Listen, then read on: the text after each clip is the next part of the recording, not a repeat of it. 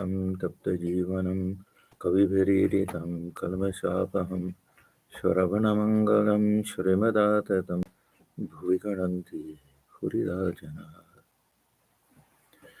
Your words are like nectar, bring life to scorched souls. They are praised by poets and remove all sin. They are auspicious to hear, wonderful and exalted. Those who spread these words throughout the world are truly giving souls. Welcome, everyone, to our class on the Gospel of Sri Ramakrishna.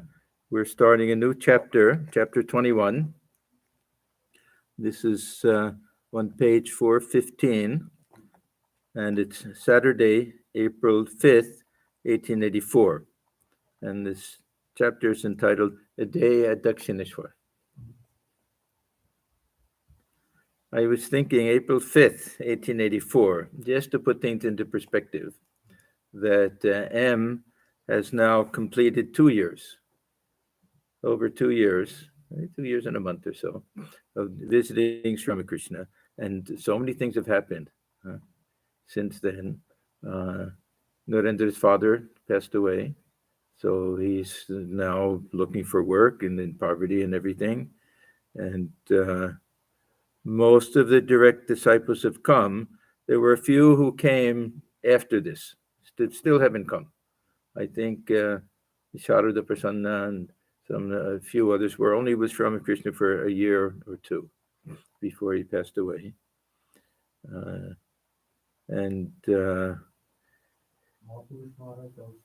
Mahapurush Maharaj, no. He was there. Yeah, he was there. He used to stay with Ram in his house also. So, and there's reference to him earlier. So he wasn't one of the real late ones. Yeah. And what else was I going to say? Yes, now it's about 1 year before we get the first reference to Thakur's sore throat. Yeah, you remember that we recently finished the chapter on the Panihati, and it was when Thakur went to Panihati the following year that after that he started complaining of a little scratchy throat.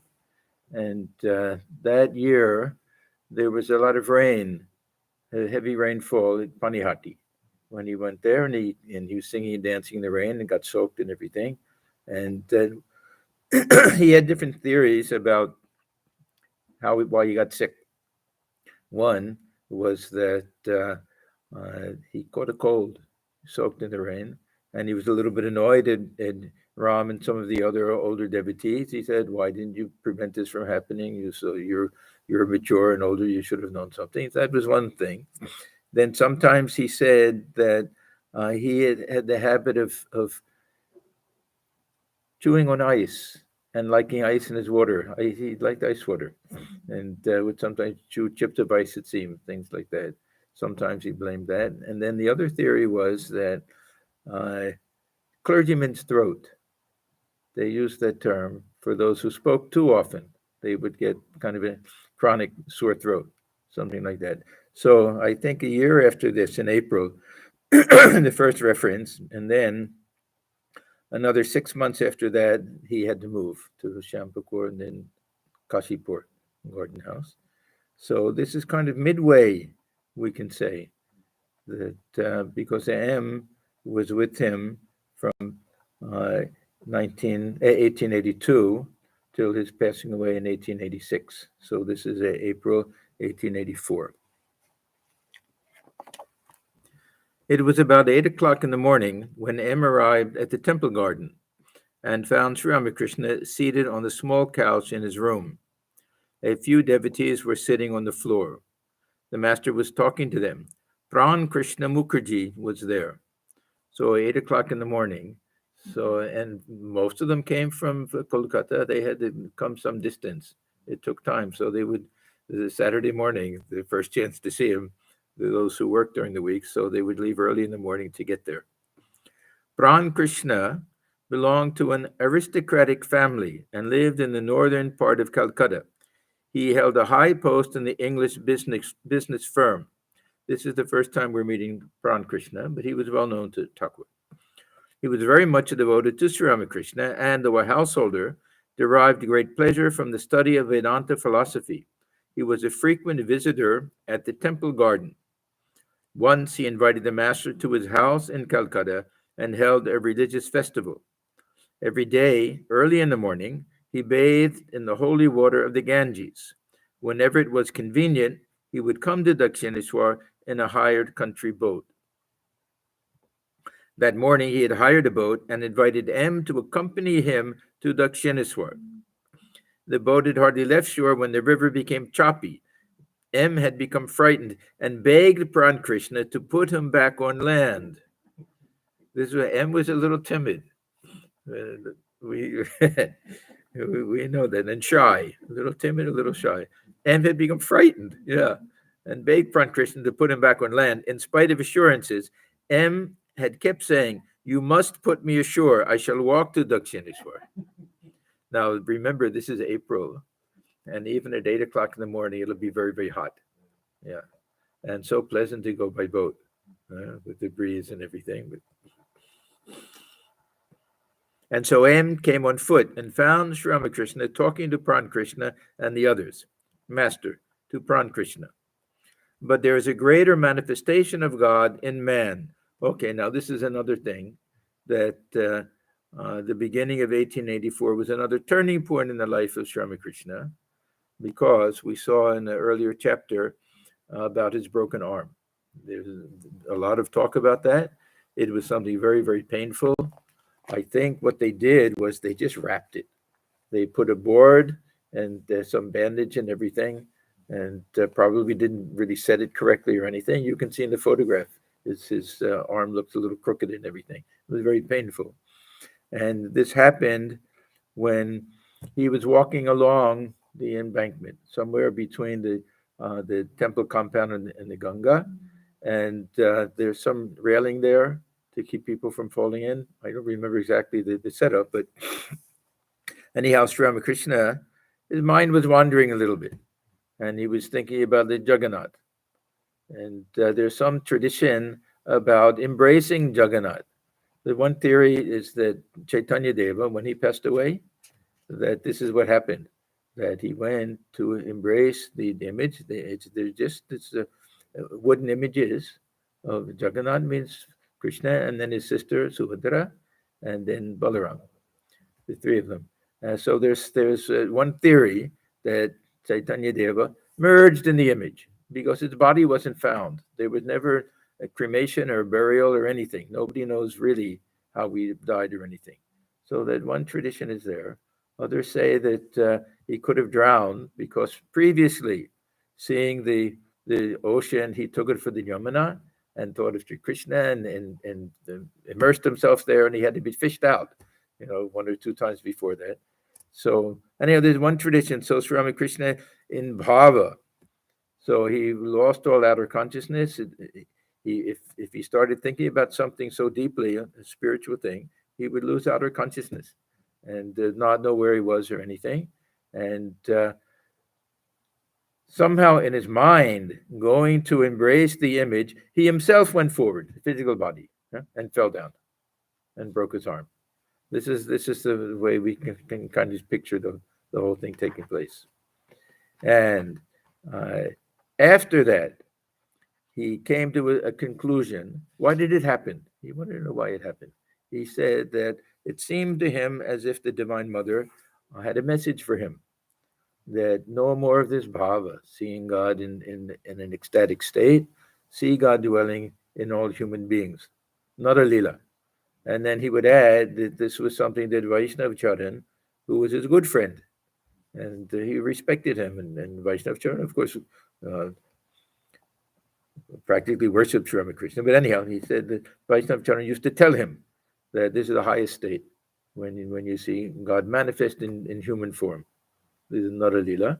So Thakur said from that point onward, that it was a turning point, that then he preferred to see God dwelling in man.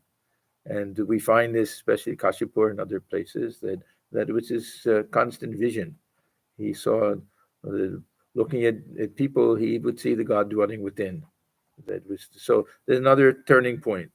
So this is why I feel that this April of 1884 is significant.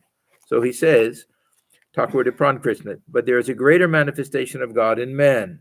Now, not that he didn't believe this earlier, but this now becomes a dominant idea in his mind.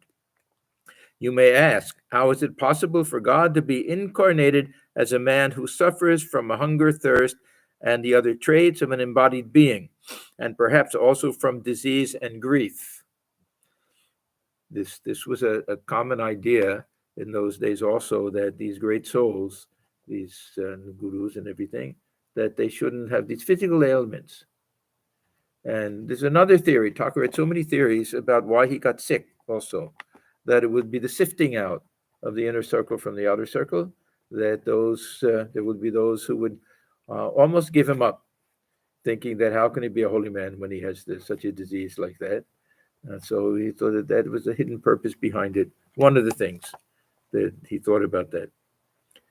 So this is his question. How is it possible for God to be incarnated as a man who suffers from hunger, thirst, and the other traits of an embodied being, and perhaps also from disease and grief? This is before he got sick. But it's, yes, the theoretical thing. Because this Naralila has two meanings. One is his avatar. It's seeing the special manifestation of God in man, and the other is seeing God manifest in all human beings, all men and women. In all beings, but especially manifest in human form. The reply is, even Brahman weeps entrapped in the snare of the five elements. Pancho bhuter fande brahma padikande. This is a Thakur like this. These little expressions, he was very fond of these little rhyming expressions and things. He would repeat them all the time. What is it again? Can you repeat it, Swamiji? Panchabhute Fandi. This Panchabhut. These are the five elements. Fand. Fand is a snare, a trap, like an animal trap to catch something. What is it? Fand? Fand. Fand. Panchabhute Fandi, Brahmapuri Kandi.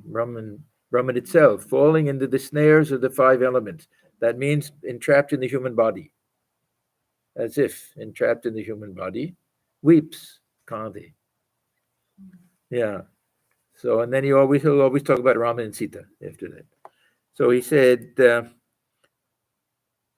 don't you know how Rama had to weep, stricken with grief for Sita?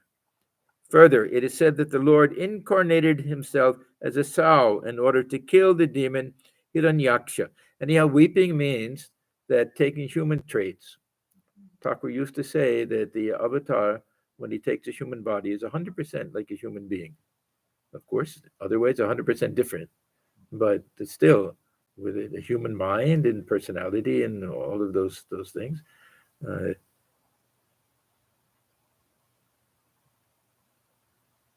Of course, the differences are so significant that we hardly think that they're in the same category as an ordinary human being.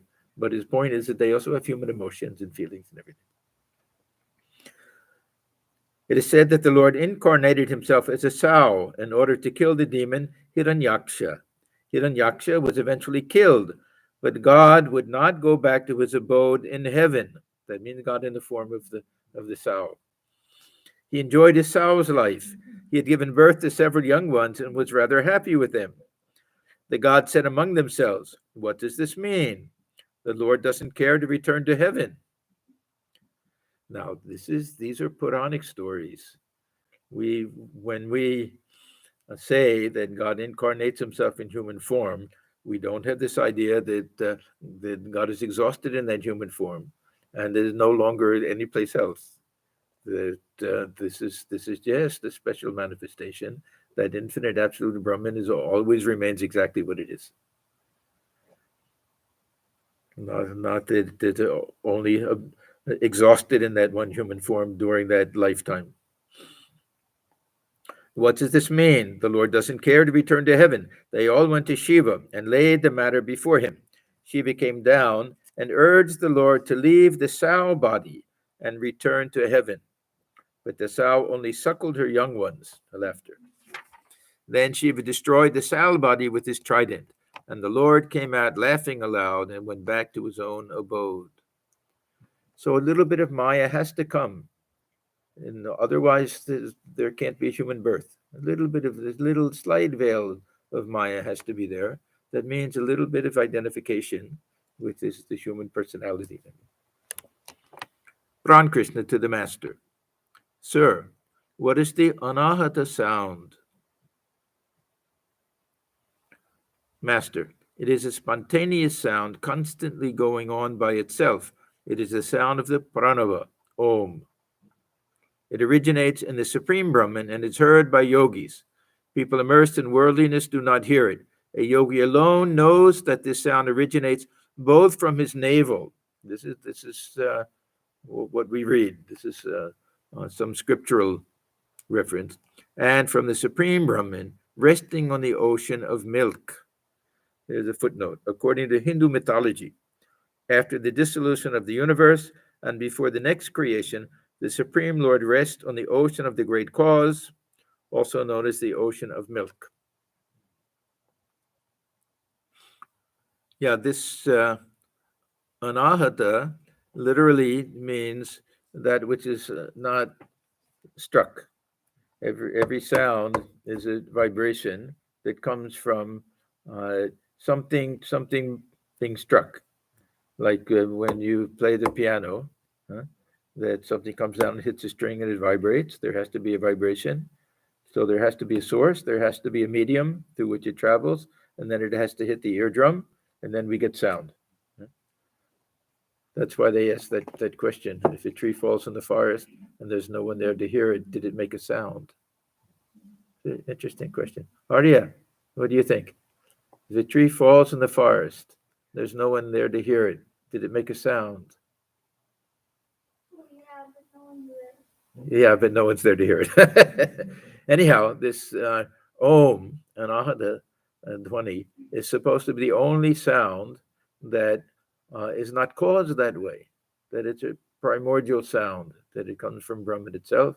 And of course, those who believe in this theory of Shabda Brahman will say that this is the source of all creation, Om, that this is in the way that Brahman will manifest itself through vibration, through this Om. Because if it's the original sound which causes everything, there are no objects to strike, and there's no ear to hear it or anything. So somehow this pranava is considered different from any other sound that way. And theory is that it's always going on. The divine music of the spheres, some idea like that. And those who have a particular spiritual level of vibration somehow can hear that. And we know that there are different instances, Swami Atmajnananda and some others we know that at least through certain periods of their lives. We read about Swami Shantanandaji, that he also could hear this Anahata Dhwani, that it was something that, just like now, there are so many sounds there that we don't hear, that they're either the vibration is too high or too low. You know about dog whistles? Yeah. You know, come on. They're whistles that they make that are so high pitched that no human being can hear it, but dogs can hear it. So if you want to call your dog, you don't want to bother the neighbors or anything, you blow this whistle, dog whistle. And we can't hear it because we're not attuned to it. Our hearing, our nerve system and everything can only hear something within a range. So there'll be lots of sounds that are too low that other creatures can hear that we can't, or too high that we can't hear. So the same thing from a spiritual point of view, that this is going on, and theoretically we could all hear it if we had that. They talk about the spiritual eye to see things. This is kind of the spiritual ear somehow. So this is that Anahata Dhwani, this Om. Prankrishna. Sir, what is the nature of the life after death? Master. Keshav Sen also asked that question. As long as a man remains ignorant, that is to say, as long as he has not realized God, so long will he be born. But after attaining knowledge, he will not have to come back to this earth or to any other plane of existence. Sri Ramakrishna did not go into too many theories about or this loka, that loka, anything. Very often he would simply refer to what we read in Gita, or he would say that this is what we find in the scriptures. He didn't have a lot of these. He wasn't very interested. It didn't seem. In fact, in one place he's asked about reincarnation. He says, "Yes, there's something like that in Gita." He dismissed it a little bit. Well, on the other hand, we know that he had a firm belief in previous lifetimes and samskaras and liberation and all of that, but he never emphasized it that much. So here he's telling us a couple of things. One, that it's all a question of have we reached the goal? We haven't. We keep coming back until we can reach the final goal. And the second is that there may be other planes of existence. So he says, after attaining knowledge, he will not have to come back to this earth or to any other plane of existence.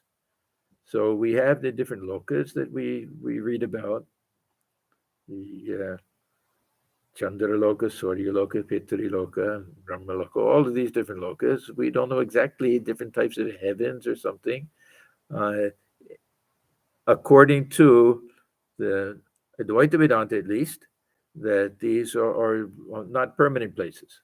Most of Vedanta, that we go there to enjoy the fruits of our merit, whatever good merit we've done, punya, and then after that's exhausted, we come back. The very standard idea we find in Gita, which Ramakrishna basically accepted without going into a lot of detail about things. So the question is, what is the nature of the life after death? He's not really answering that. That we travel to some other realm, an astral body, this and that. He's not going into all of those details. His emphasis is that try to attain to the knowledge and devotion in this lifetime, here and now. And don't worry too much about what happens afterwards. The potter puts his pots in the sun to dry. Haven't you noticed that among them there are both baked and unbaked ones? When a cow happens to walk over them, some of the pots get broken to pieces. The broken pots that are already baked, the potter throws away, since they are of no more use to him. But the soft ones, though broken, he gathers up. He makes them into a lump, and out of this forms new pots. A nice example. In the same way, so long as a man does not realize God, he will have to come back to the potter's hand. That is, he will have to be born again and again. We have the other illustration of the potter's wheel with regard to the Jivan Mukta, that when the pot is perfectly formed, then the potter takes it off and leaves it in the sun to dry. And the whole time the potter is working, he has to spin the wheel. It's not an electrical wheel. He has to spin it, and then as soon as he takes it off, he stops spinning it, but it spins on its own. And then slowly, until the momentum stops, it'll keep going. This is prarabdha karma. So the God-realized soul is as if separate from the body, because not identified with the body. Still living in a body, but not identified, so as if completely separate. And the body will continue just on the past momentum of karma, prarabdha karma. What is the use of sowing a boiled paddy grain? It will never bring forth a shoot. Likewise, if a man is boiled in the fire of knowledge, he will not be used for new creation. He is liberated. According to the Puranas, the Bhakta and the Bhagavan are two separate entities. Now, I've mentioned this before. Thakur uses certain code words. When he says the Puranas, he's talking about the path of devotion and the path and dualism. Philosophically, dualism, and from the point of view of spiritual practice, bhakti, devotion. Now, this isn't to say that we don't find very high Vedantic ideas and even Advaita Vedantic ideas in the Puranas, the Bhagavata especially. There are many, many very highly philosophical verses and filled with Advaita Vedanta and everything. Thakur is using this just to create a category that, so when he says according to the Puranas, this means according to the devotional schools that follow more of a dualistic path. This is all that it means. And when he talks about Vedanta, he's talking in general about Advaita Vedanta and the path of knowledge.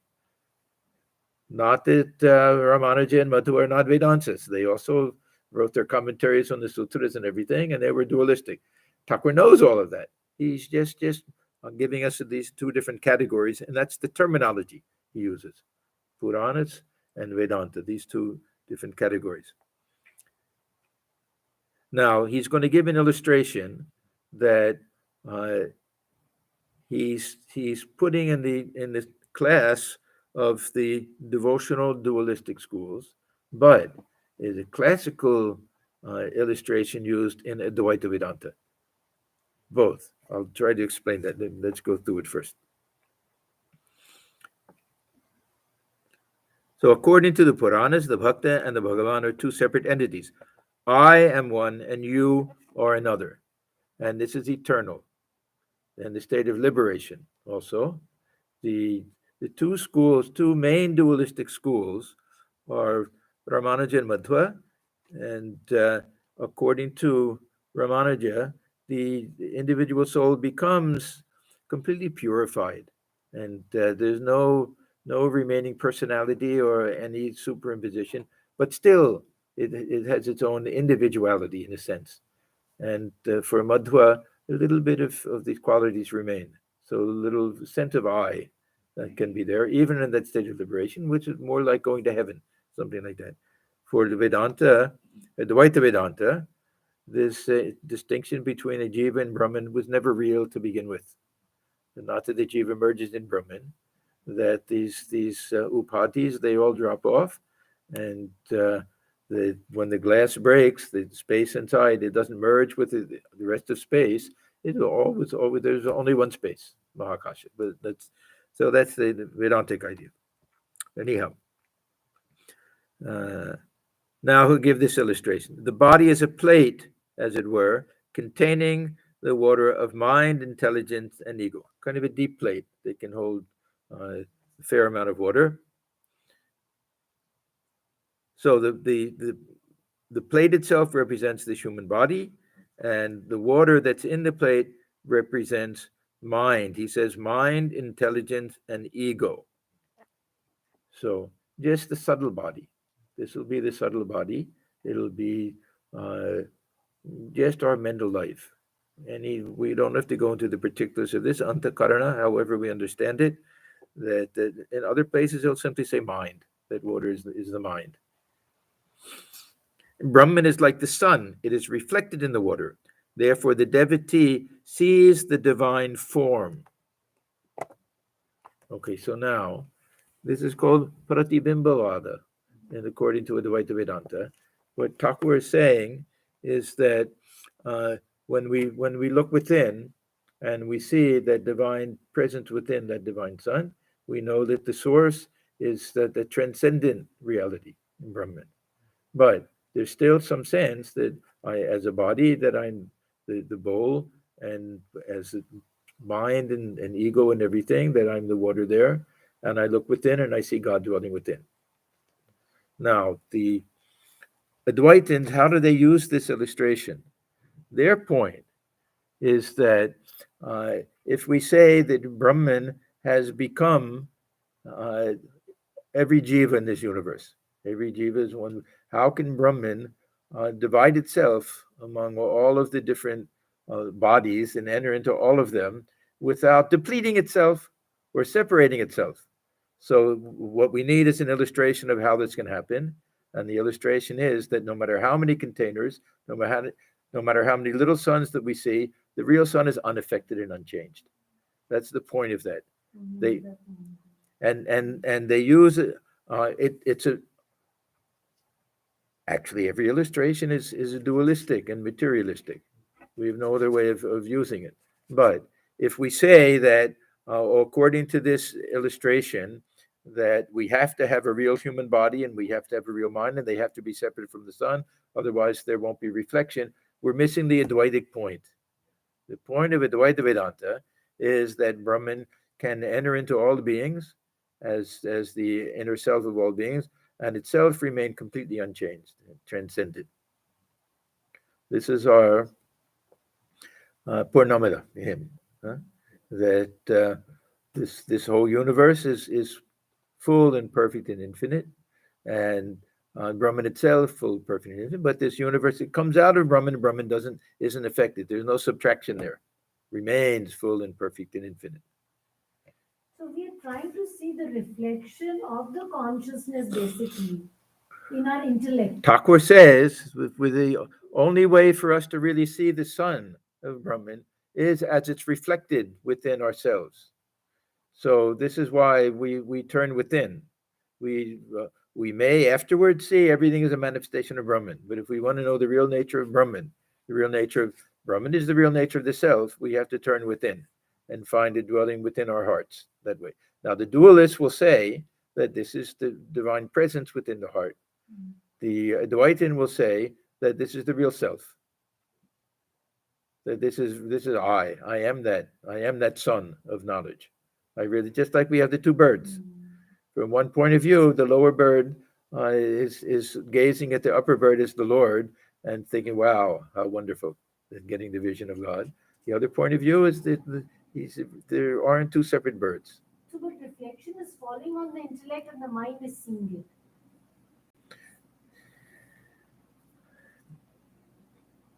This is where we have to talk about higher mind and lower mind, and otherwise it doesn't make sense exactly. That's why I say that the real point for the Advaitins has nothing to do with that. That the real point is how something can apparently manifest as manifold without itself changing. Otherwise, we have to feel that there is a jiva, that is somehow a little bit separate. Thakur will talk about that. He goes to the stick of ego, that we feel we're on one side. Yeah, otherwise we say that who is it who's looking at it, who's looking within. But I remember you said one time that pure mind is same as intellect. Yeah, that's a different story. Okay. Yeah, that's a different story. Yeah, we're not going to make any distinction here between mind and intellect. We have to talk about just who is it who's having that experience. So it's the same thing with this concept of the sakshin and the concept of the antaryamin.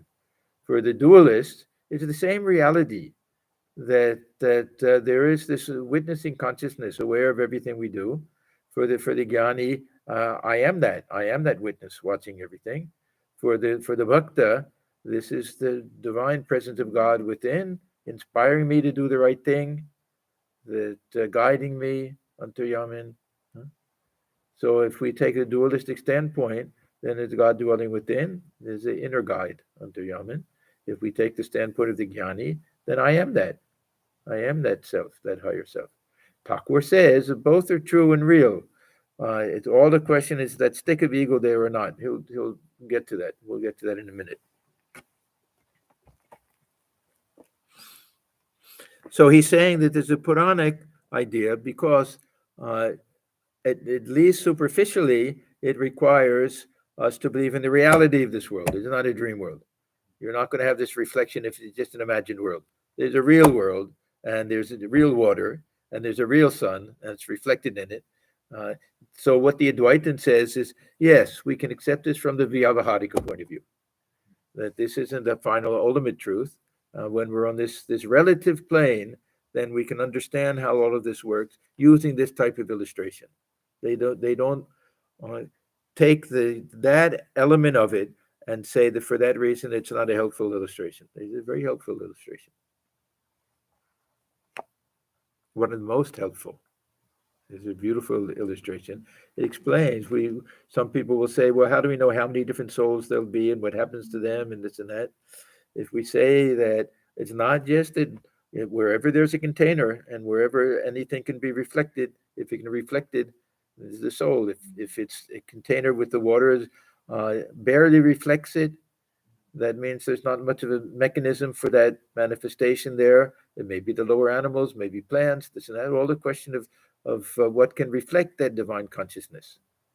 This is how we can understand the difference between the human level of awareness, animal level of awareness, plant level of awareness. That's all the mechanism. Different type of water can reflect it, or however we understand it. Now we'll get to the stick. according to Vedanta. So now, this is, as I say, this is the terminology, technical terminology for Thakur. According to Vedanta, this means Advaita Vedanta and the path of Jnana. So for the other one, even though, as I say, Pratibhimbavada, Shankaracharya espouses this. It's definitely something that utilized by the Advaitins. But Thakur is explaining it as something also helpful for those who follow a dualistic devotional path. Works for them equally well. According to Vedanta, Brahman alone is real and all else is Maya, dreamlike and unsubstantial, not like the pot and the water. It has to be something real in order to have reflection. That's his point. The devotee will argue that way. The ego, like a stick, lies across the ocean of Satchidananda. Now, how can there be a stick, an ego, and everything if Brahman alone is real, all else is Maya? Because the stick is Maya. This ego is Maya. That's how it manifests on the human plane. The ego, like a stick, lies across the ocean of Satchidananda. To M, listen to what I am saying. Now, what does that mean? Huh? Make good record of it. That means get this right. This is important. This is important teaching. He knows that this is his vyasa. Listen to what I am saying. When the ego is taken away, there remains only one undivided ocean of Satchidananda. So this is why Thakur was dualistic in his attitude from a practical point of view, because the stick of ego does not easily disappear. We may reason it away and then it comes back. So he says, utilize it. Only don't let it be the type of stick that really separates us from God or from other people. Let us know it's lying on the surface, that's all. When the ego is taken away, there remains only one undivided ocean of Satchidananda. But as long as the stick of ego remains, there is an appearance of two. The devotee will never say an appearance of two. Devotee, the dualistic devotee, will always say, no, I'll never say I'm one with God. Let me remain a servant of God. That's not just an attitude, that's a truth for the dualistic devotee. There's nothing wrong with it. It's a nice idea to be the eternal servant of God, to want to live in the presence of God. From the point of view of the Gyani, and Swamiji will point this out, that we're still on the relative plane. It can't be any final, lasting, ultimate type of realization. It may be a heaven, an experience like that. But anyhow, that's Swamiji's brilliant Pakami. Does it mean that the last Ami or Okay, Pakami. This is Thakur's language again. Kancha Ami and Pakami. The ripe ego and the unripe ego. The ripe ego has a role to play in our spiritual practice through this process of aropa, that we assume a particular attitude and relationship in order to deepen our spiritual life. So we choose that. Let me feel that I'm a servant of God. That's one possibility. Child of God, all the different relationships. This is utilizing the concept of Pakami. It's not the ultimate ripe ego is after God realization. Then we come back, and how to live in the world. We have to reestablish a relationship after realizing oneness. Then we come back. That stick comes back, the stick of ego, but no longer really can fool us. No longer gives us a sense of real separation. That's gone. We live in that ocean of Satchidananda, but still, it allows us to have a relationship with God. That's what Thakur was called. And the Gyani also has a ripe ego. I am Brahman. That's what the ripe ego of the Gyani. The prerequisite for it is anyway purity of mind, right? The prerequisite is actually God realization. The prerequisite for God realization is purity of heart, purity of mind. But in order to have the ultimate ripe ego that Thakur is talking about, that's the state of vijnana. That after realization, coming back down, then we live in the world again, assuming this ego sense as a child of God. servant of God, any relationship. So to M, listen to what I am saying. When the ego is taken away, there remains only one undivided ocean of Satchidananda. But as long as the stick of ego remains, and Thakur says it doesn't go, no matter how smart we are and intelligent, and how much we say, oh, this ego is just Maya, just imagination. I'm really this ocean of Satchidananda. The next minute something comes and the ego comes back. There is an appearance of two. Here is one part of the water, and there another part.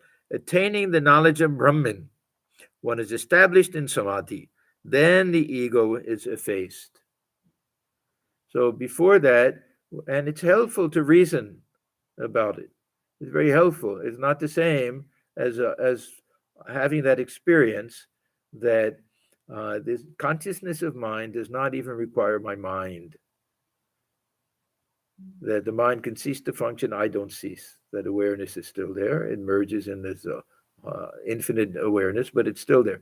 And that gives us the final and absolute conviction. Before that, just through reasoning, that through this discrimination, that I'm separate from anything that can be an object of my awareness. So that includes anything that comes into the mind. I'm the observer of that. I'm separate from that. This ego sense that something I observe, I am separate from that. We can see that this ego is there's no reality, there's no substance to it. It's an idea of who we think that we are. But still it comes back until we have the final realization. Then when it comes back after that, it is harmless. There's no Maya to it at that point. But Shankaracharya retained the ego of knowledge, because he was also a fully God-relay soul, perfect soul. So how did he live in the world after all of that? He also had to have an ego. There's a footnote. The ego illumined and purified by the knowledge of God. That's the ego of knowledge. Following the method of discrimination, the Gyani in Samadhi merges his ego in Brahman. Thereafter, he may come down to the relative plane with an appearance of individuality. Now look at the language. He may come down to the relative plane. This is that big question. Who can come back from samadhi? But even then, he is always conscious of his identity with the Brahman. This apparent ego is called the ego of knowledge. What is that ego? I am that. Soham. It is a type of ego. Who am I? I am that. It's not that who am I? Oh, I don't exist anymore. I still... I feed myself, I do things, I talk to people, everything. A bhakta following the path of love realizes his eternal relationship with God. He too keeps an appearance of individuality on the relative plane. This ego has none of the characteristics of the worldly ego. That means there's no pride, there's no anger, there's no feeling of separation, there's no hatred, none of the passions, none of the binding aspect to it. And it's called the ego of devotion. The two egos here described refer to the same state of realization, which we call vijnana. But Shankaracharya retained the ego of knowledge in order to teach men, to Prankrishna. But there are signs that distinguish the man of knowledge. Some people think they have knowledge. What are the characteristics of knowledge? A Gyani cannot injure anybody. He becomes like a child. If a steel sword touches the philosopher's stone, it is transformed into gold. Gold can never cut. It may seem from the outside that a Gyani also has anger or egotism, but in reality, he has no such thing. This Prankrishna, he was big and fat. The Thakur used to call him Mota Bamun. They say in the English translation, the fat Brahmin. Thakur liked him very much. Now, this is a very important idea, because very often we're confronted with people who claim to have the highest wisdom and the highest knowledge. There's a test. How do they live in the world? How do they behave in the world? This is why our Stita Prajna section of Gita is so important. that here we have a standard to follow, pramana, so to judge against.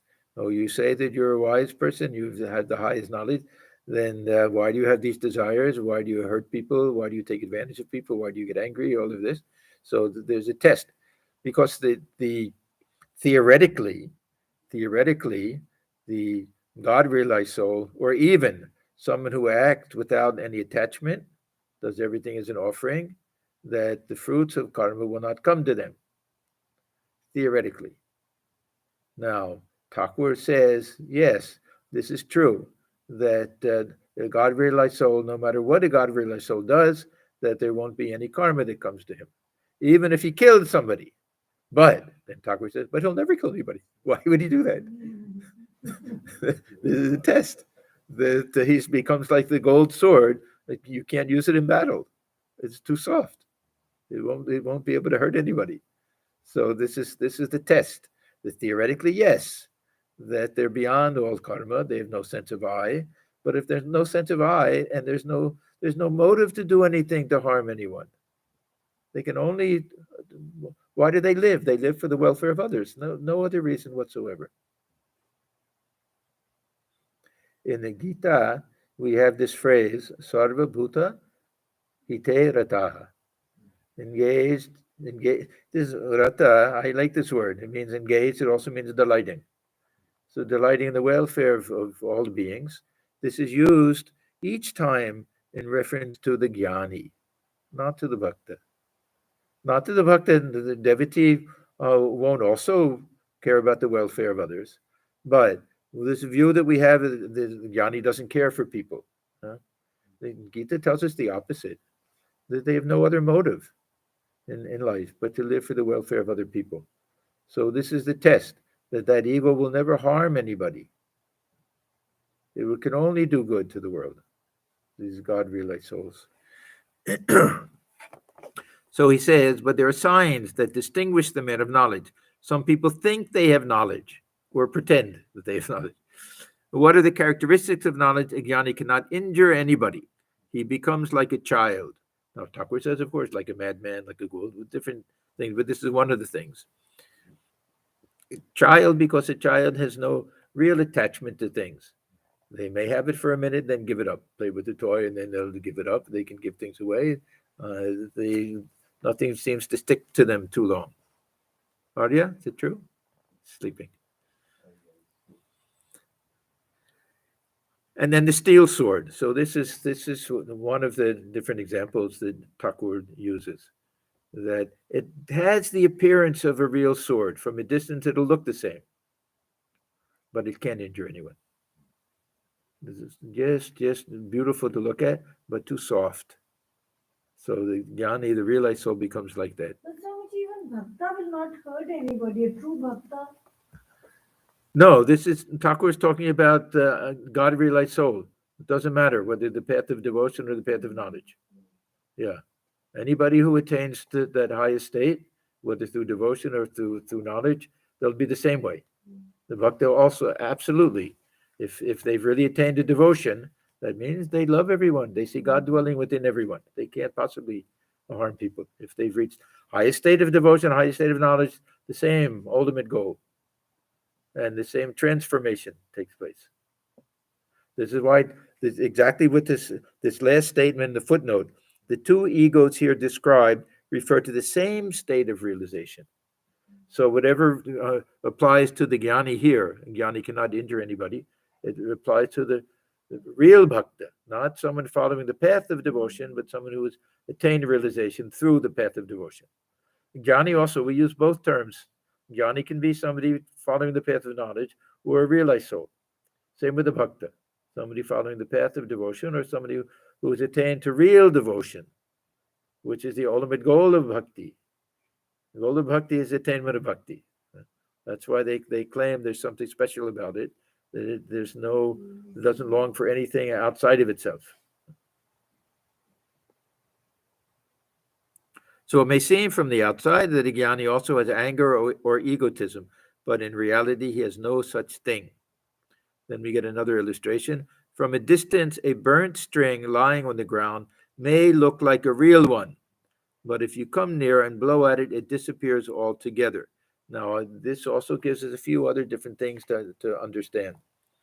We have our angularities, we have our likes and our dislikes, we have our personality. That'll be a string on the ground. It'll have its own curves and turns and things like that. When you burn it, it'll keep the same things.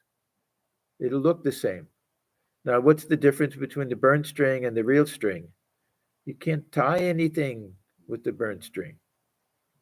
And if you blow on it, it goes away. That means that the ego is just there as an appearance. That at any time it can disappear, and then one goes into the whatever higher state there is. So the personality traits can be the same. Certain types of samskaras can be the same, but there's no binding power to anything. That's why the illustration of the string, no binding power. Illustration of the sword, that it can't harm anyone.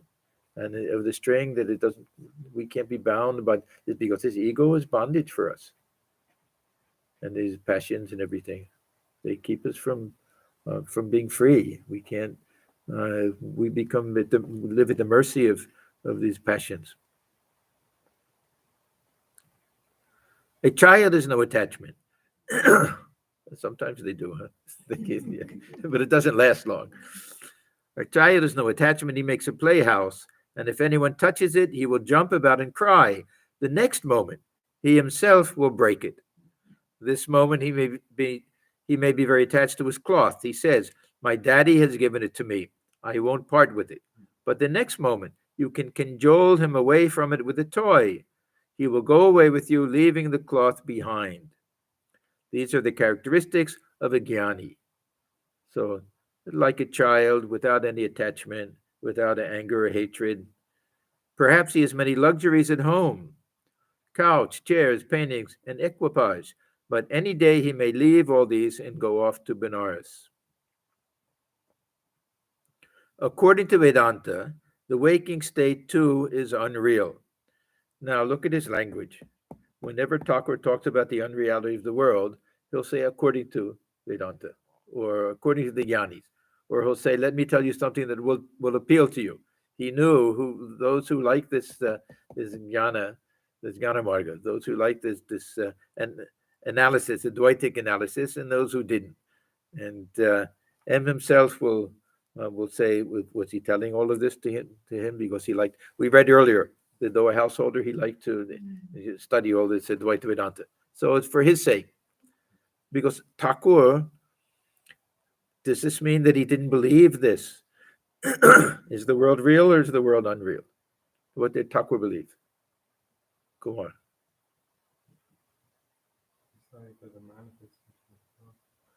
He liked this idea, the manifestation of God, that ultimately not unreal.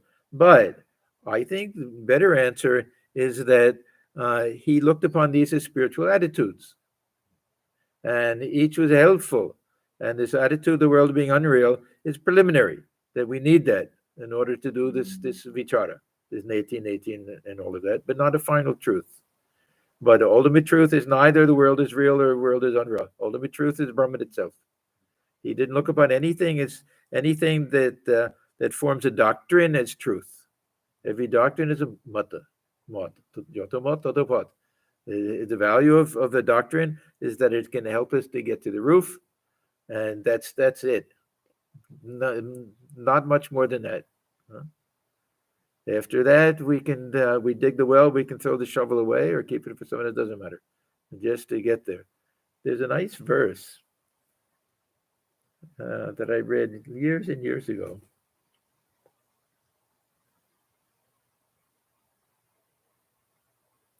Uttirne hi sarit pare, navaya kim prayojanam. Once one is crossed from one side of the river to the other, what use is there of the boat anymore? That's what these doctrines are. The world is real or the world is unreal. Just to get us to cross the other side. Then we can push the boat back for somebody else if we want, or leave it there. Doesn't make any difference.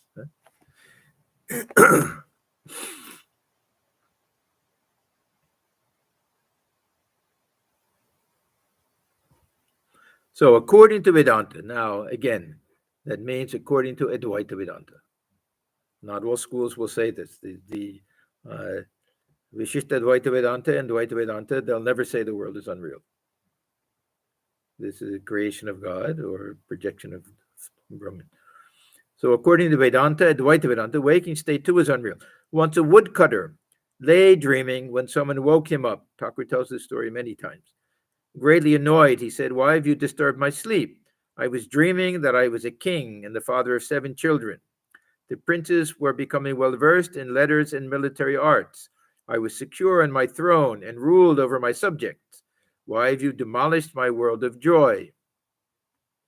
"But that was a mere dream," said the other man. "Why should that bother you?" "Fool," said the woodcutter, "you don't understand. My becoming a king in the dream was just as real as my being a woodcutter. If being a woodcutter is real, then being a king in the dream is also real." Now, if we think about this objectively, that one day this dream will break when we give up this life. If we give up this life and we find ourselves sitting in some other realm and we look back on it, won't we think it was just like a long dream? So Thakur's, his attitude is that there's something dreamlike about this world. Don't take it too literally, that this is just projection, my own projection of the mind and everything. He said, if anything, projection from Brahman itself, from the Divine Mother, projection that way, and we all participate in that. But dreamlike, in that everything is floating and we're just floating down this river of time, and everything is passing by, just like in a dream. And when in the midst of a dream, it's 100% real. 100% real. I know for a fact that there's some dreams are so real that they seem more real than the waking state. And I also know for a fact sometimes things happen to us in the waking state that we can't imagine it's not a dream. Some tragedy happens, we get in a car accident. First thing is, oh, did this really happen? Is it possible? With some tragedies, and I think we've all had experiences like that. That the first thing is, no, this can't really. I didn't really do that. Did I really just lock the keys in my car with the motor running? How many times I dreamt that I did that? Did I really do it this time, or it's just another dream? Maya Shakti. Maya Shakti. Maya Shakti. So this constitutes all the dream activities, yet they are true. Yeah. I don't pay too much attention. This world is floating by. That's enough. This is why Thakur always goes back to anitya. This is mithya. He doesn't like this word. If we look at the terminology, my one complaint about Gita, about the gospel, my one complaint with the translation is that there's too many times when Thakur is saying anitya and they translate it as illusory. Yeah. To me, this mithya will be more illusory, and otherwise, better to stick with this idea that it's transitory, or avostu. He uses that terminology. There's no substance to it, but not that it's just like complete imagination that I'm dreaming this whole world, that I can do anything. I could kill you; it doesn't matter. You're just a figment of my imagination. You just exist in my dream. He did like that's going too far. Prankrishna always talked about Gyana. Was this why the master described the state of the Gyani? This is M. Whenever M asks these questions, that means that's his opinion. These are rhetorical questions. Yeah, that's his suspicion that this is why, because otherwise Thakur he very rarely gives this illustration unless he prefaces it. It says that this is for you, this is something you like, or according to the Gyanis. Otherwise, he doesn't push this idea, look upon this world as a dream. He likes this idea, look upon it as a manifestation of the Divine Mother. Now he proceeded to describe the state of the Vijnani. Okay, we're going to stop here. There's another big question. We've gone through it many times, but this is very interesting because this is one of the few doctrines that Thakur has that I find to be a little bit original. He himself never claimed to have any original ideas. He always claimed that he was simply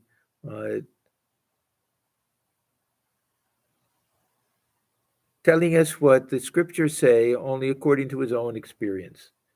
And a few times he'll say that my experiences have gone beyond Veda and Vedanta. But how many examples do we have of really kind of original doctrines and things? Each what a koti with a few little things, but this Vijnana idea to me is really an original contribution. It's a very wonderful, beautiful idea. And how we get to the roof, who can come back down, what the state of the God-realized soul is. And he explains it in different ways. One is very highly philosophical, that afterwards we see everything as the divine manifestation. The other, highly devotional. One talks to God, one sees God in that state. Anyhow, we'll get to that next time. So we'll stop here. This is page 417.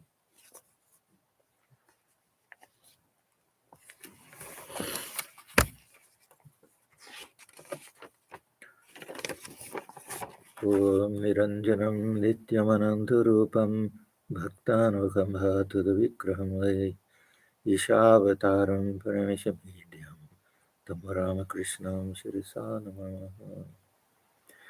We bow our heads before Sri Ramakrishna, who is stainless, of infinite nature, whose heart melts in sympathy for his devotees, who is an embodiment of the divine and the Supreme Lord, and ever worthy of our worship. Om Shanti, Shanti, Shanti. Peace, peace, peace be unto